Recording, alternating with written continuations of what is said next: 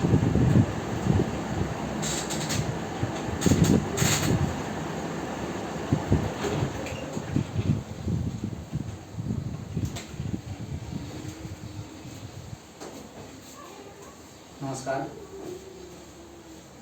आज के new class में क्लास फिजिक्स ले रहे हैं, क्लास 9th का सब्जेक्ट फिजिक्स। इसमें कल के पिछले वीडियो में हमने साइंस से संबंधित कुछ बेसिक जानकारी दिए थे। अब उसके बाद जो है क्लास 9th का में पहला चैप्टर है मापन। आज हम मापन के बारे में समझेंगे कि मापन क्या है और मापन में हमको क्या क्या चीज़ पढ़ना पड़ता है। तो सिंपल हमको ये समझना है कि मापन में फिजिक्स का जितना भी टॉपिक है वो इससे संबंधित है। फिजिक्स का जितना भी टॉपिक है वो इस चैप्टर से संबंधित है। इस चैप्टर का जो भी मात्रक है वो हर चैप्टर में दिया गया है। तो आज हम पढ़ेंगे लेसन मापन एक्सरसाइज। जो चैप्टर का नाम है मापन, जिसको हम बोलते हैं नापना और तौलना, जिसको बोलचाल की भाषा में बोलते हैं नापना और तौलना। इंग्लिश बोलते हैं हम इसको मेजरमेंट। अब मापन थोड़ा देखने में जो है सो समझ में नहीं आता है कि मापन क्या है। तो मापन जो शब्द है उसे उसको थोड़ा बारीकी से समझना पड़ेगा। हम लोग देहाती भाषा में और बोलचाल की भाषा में मापन को नापना या तौलना बोलते हैं। तो अब हम यहाँ पहले देखेंगे मापन क्या है। इसका पहले डिफिनीशन समझ लेंगे, मोटा डिफिनीशन समझ लेंगे कि मापन क्या है। तो किसी भौतिक राशि का परिमाण संख्याओं में व्यक्त करने की माप कहता है। किसी भौतिक राशि का परिमाण संख्याओं में व्यक्त करने को मापन कहता है। जो भी भौतिक राशि है उसको हम क्या करेंगे, संख्या में व्यक्त कर देंगे, तो उसे क्या कहते हैं हम लोग, मापन कहते हैं।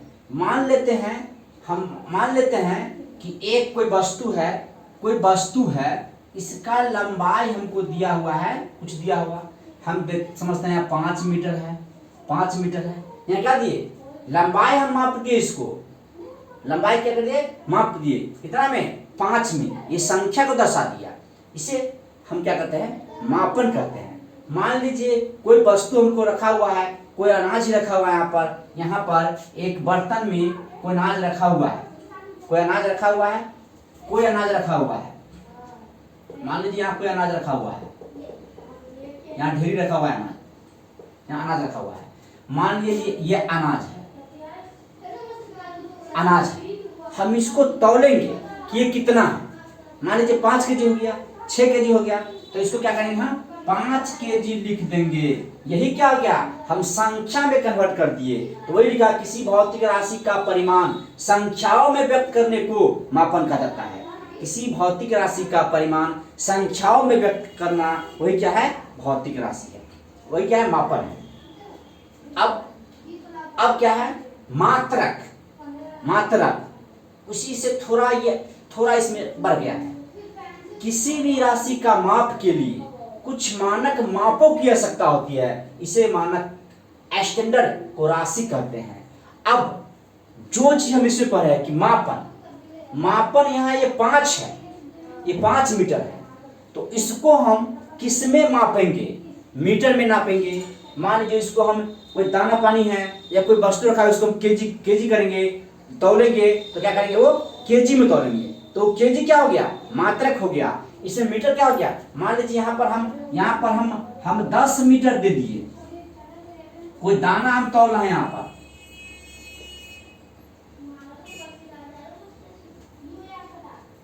यह अनाज का ढेरी है, और ये कोई लकड़ी है या किसी चीज का एक शेप है। हम इसको इसको हम नापे और इसको हम तौले। हम मान लीजिए ये हमको हो गया 10 केजी, ये हमको 10 केजी हो गया। ये हो गया हमको 5 मीटर हो गया।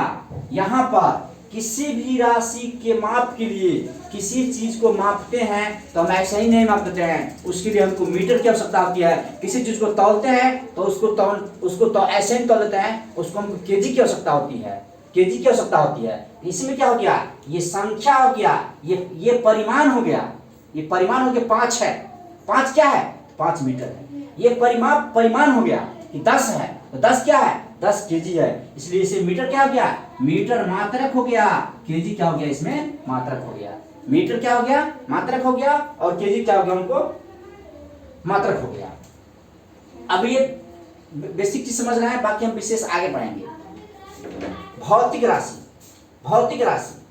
अब भौतिक राशि के नियमों को जिन पदों में व्यक्त किया जाता है उन्हें क्या कहते हैं, भौतिक राशि कहते हैं। यही चीज है, बस यही दोनों चीज हमको पढ़ना है। किसी भी पद, भौतिक राशि के नियमों को जिन पदों में व्यक्त किया जाता है उन्हें भौतिक राशि कहते हैं।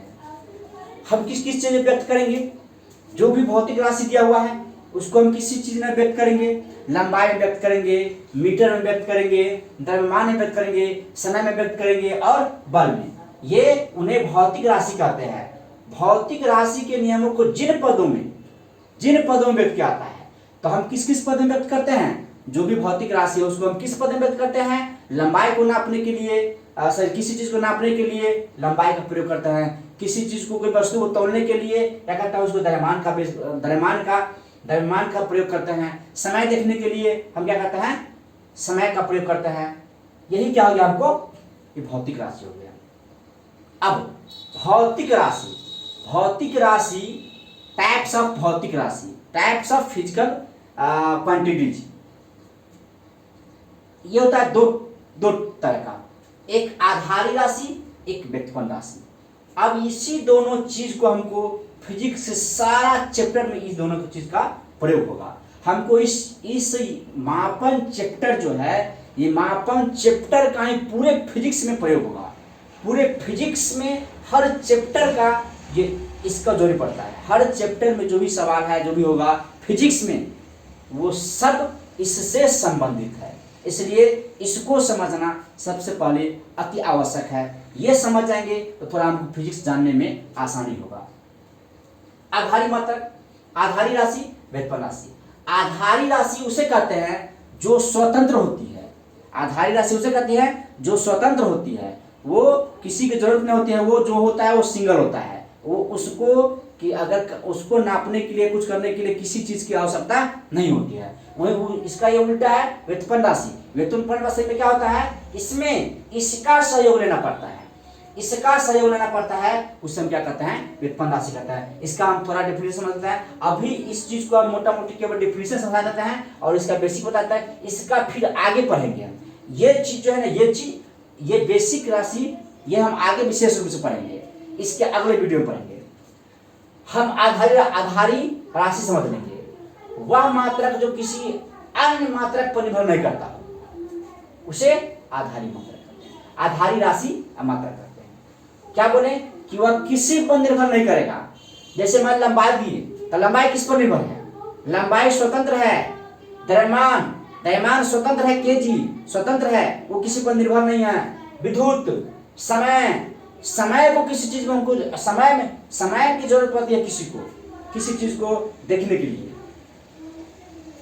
विद्युत, ये सब क्या है, धारा, ताप, विद्युत तीव्रता, ये क्या है, ये आधारी राशि है, ये स्वतंत्र रूप से है। अब इसकी संख्या 7 होती है ना, इनकी संख्या जो होती है वो 7 होती है। ये आधारी राशि केवल 7 ही है, और इसी 7 राशि से जितना होगा उसमें इस सब का जरूरत पड़ेगा। इस सब का खास करके 1 2 3 4 का तो खास करके जरूरत पड़ेगा। और वो 4 नहीं, कम से कम 3, 1 2 3, ये तीनों को हर समय हमको फिजिक्स में जरूरत पड़ता है। तो आधारी राशि की संख्या होती है 7। अब आते हैं व्युत्पन्न राशि। वे राशि जो आधारी राशियों के पदों में व्यक्त किया जाता है, पदों में व्यक्त किया जाता है, उसे व्युत्पन्न राशि कहते हैं। अब हम समझें कैसे। तो कैसे, क्षेत्रफल दिया हुआ है, आयतन दिया हुआ है, बल दिया हुआ है, कार्य दिया हुआ है, ऊर्जा दिया हुआ है। हम इसमें से एक क्षेत्रफल आयतन समझते हैं। अगर हम वर्ग का क्षेत्रफल निकालते हैं, जैसे मान लीजिए हम ये वर्ग है, ये स्क्वायर है, ये स्क्वायर हमको दिया हुआ है, स्क्वायर दिया हुआ है। तो इसमें जरूर कुछ ना कुछ सबका भाग दिया होगा।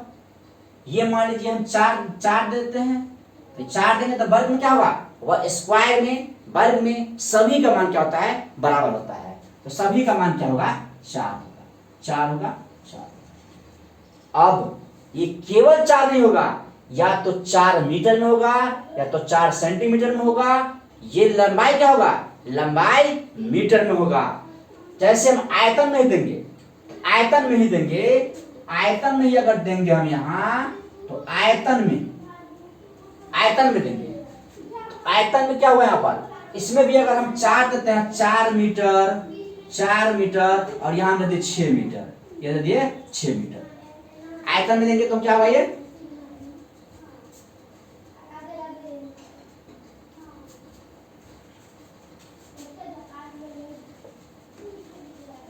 देखिए क्षेत्रफल है, तो क्षेत्रफल जो होगा वो आधारी राशि पर निर्भर रहेगा।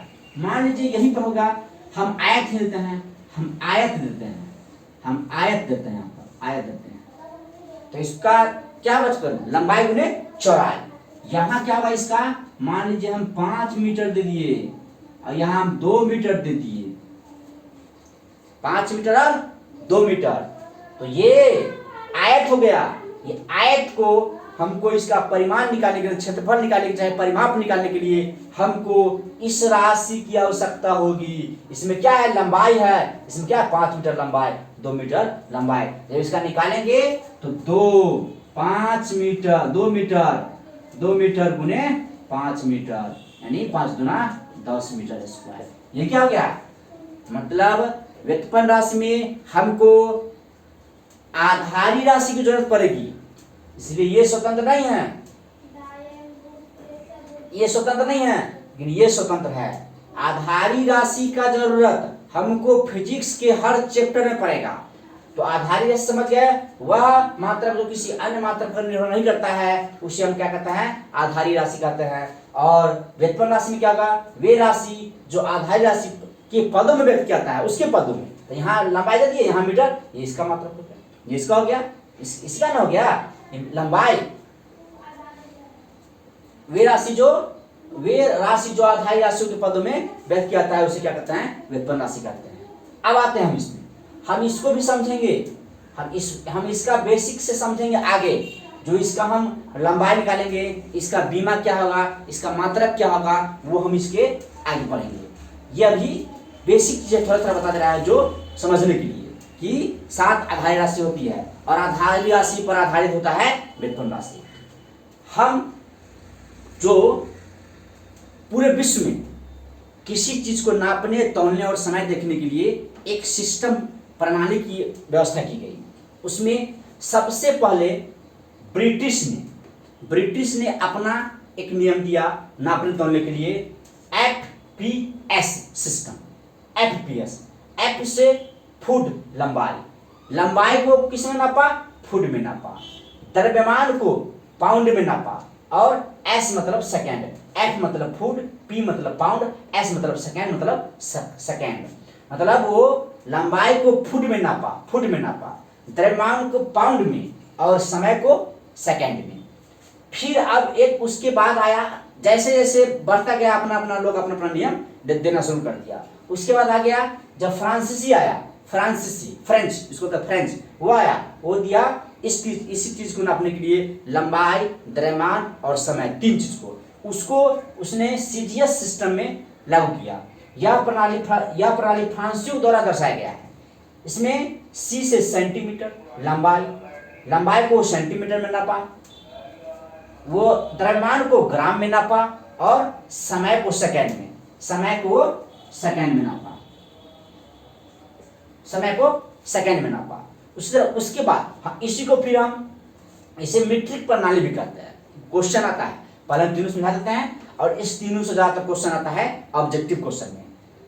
फिर उसके बाद व्यवसायियों ने अपना एक सिस्टम दिया, वो है एमकेएस पद्धति, और वो एमकेएस पद्धति, ये इसी का एक अपडेट वर्जन है, एसआई इंटरनेशनल सिस्टम।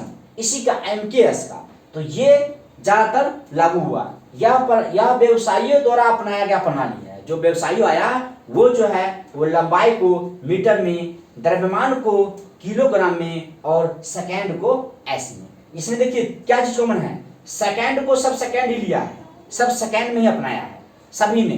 अब क्वेश्चन आता है कि ऐसा अब जो क्वेश्चन पूछता है इसमें ऐसे नहीं पूछ देगा जैसे सीजीएस पद्धति में क्वेश्चन पूछे कि सीजीएस पद्धति में जी किसका मात्रक होगा, तो अगर ये देगा तो हम समझ जाएंगे कि जी क्या है, द्रव्यमान का है, सी क्या है, सेंटीमीटर का है, और एस क्या है, सेकेंड का है। तो इस तरह से क्वेश्चन नहीं पूछता है। क्वेश्चन पूछता है कि मीट्रिक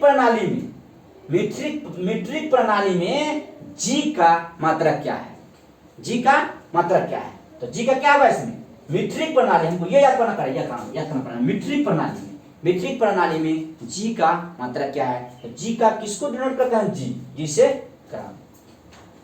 फिर एमकेएस में और एमकेएस जो है यह व्यवसायियों द्वारा अपनाया गया प्रणाली है। एम से मीटर मतलब लंबाई को दर्शाया, किलोग्राम को द्रव्यमान से, और एस मतलब समय को सेकेंड से। तीनों चीज में क्या कॉमन है। एक क्वेश्चन आता है कि एफपीएस, सीजीएस और एमकेएस पद्धति में कौन सा मात्रक है जो तीनों में कॉमन है। तीनों में कॉमन क्या, एस तीनों में क्या है, कॉमन है। इसी प्रणाली को, इसमें मीट्रिक प्रणाली है, एमकेएस प्रणाली को भी मीट्रिक प्रणाली कहता है। इसे मीट्रिक प्रणाली भी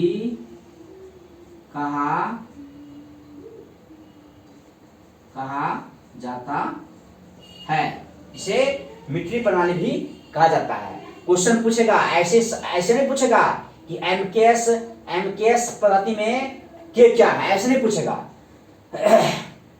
इसे पूछेगा मीट्रिक प्रणाली में, मीट्रिक प्रणाली में के का मात्रक क्या है। तो मीट्रिक प्रणाली में के का मात्रक द्रव्यमान है। अब इसी तीनों में से पूछ देगा कि अगर एफपीएस से पूछेगा कि ब्रिटिश प्रणाली में एफ का मात्रक क्या है, तो आप क्या होगा, फुट मतलब लंबाई का। ठीक है, ये हमको बेसिक चीज है मापन का। इसके बाद हम पढ़ेंगे आधारी राशि का, जो हम ये सिंपल जो बेसिक जानकारी दे दिया है। इसके अगले वीडियो में हम समझेंगे आधारी मात्रक का। आधारी मात्रक में जो 7 दिया हुआ है, 7 दिया हुआ है इसका राशि, जो स्वतंत्र रूप से है, लंबाई है, द्रव्यमान है, समय है, विद्युत है, ताप है, वेग है, ताप है, ज्योति तीव्रता है, और पदार्थ का परिमाप है, पदार्थ का परिमाण है। तो ये चीज हम जानेंगे उसमें आगे वीडियो में कि लंबाई का नाम क्या दिया हुआ है। नाम रखना को बोलते हैं हम लोग बीमा, इसे हम बीमा कहते हैं। फिर द्रव्यमान का क्या है, समय का क्या है, वो आगे बताएंगे। फिर उसका हम मात्रक निकालेंगे इसी सातों पर। फिर उसके बाद जो है उसमें सूत्र याद करना पड़ेगा। फिर इसका हम निकालेंगे बीमा। ऐसे व्युत्पन्न राशि है, इसमें हम इसका बीमा निकालेंगे, इसका बीमा निकालेंगे, और इसका बीमा के साथ साथ इसका मात्रक भी निकालेंगे हम। तो ये आप लोग इसको अच्छे से देख लीजिएगा, एक बार समझ लीजिएगा, और फिर अगर ये समझ में आ जाएगा तो इसके जो अगला वीडियो होगा उसको समझ में आपको बहुत ही आसानी होगी। धन्यवाद।